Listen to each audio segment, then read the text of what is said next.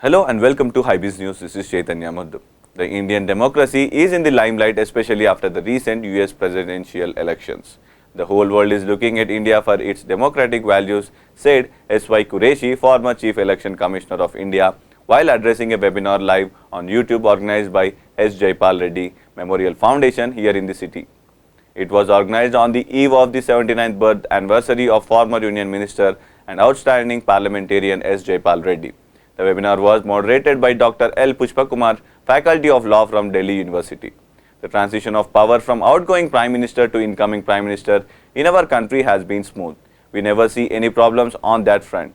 The both government, the outgoing and the incoming, have courtesies for each other and shake hands. The losers of elections in our country trust the Election Commission and its electoral process, unlike Donald Trump in the USA, who has set a very bad precedent, he said.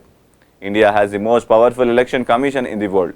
Our elections are considered as a festival of democracy, said Qureshi, the retired IAS officer who, besides being Chief Election Commissioner, served in many different positions prior to his top job. It was him who introduced new and separate divisions in the election for election expenditure and voter education. 15 electoral reforms are pending with the Government of India, Qureshi chafed.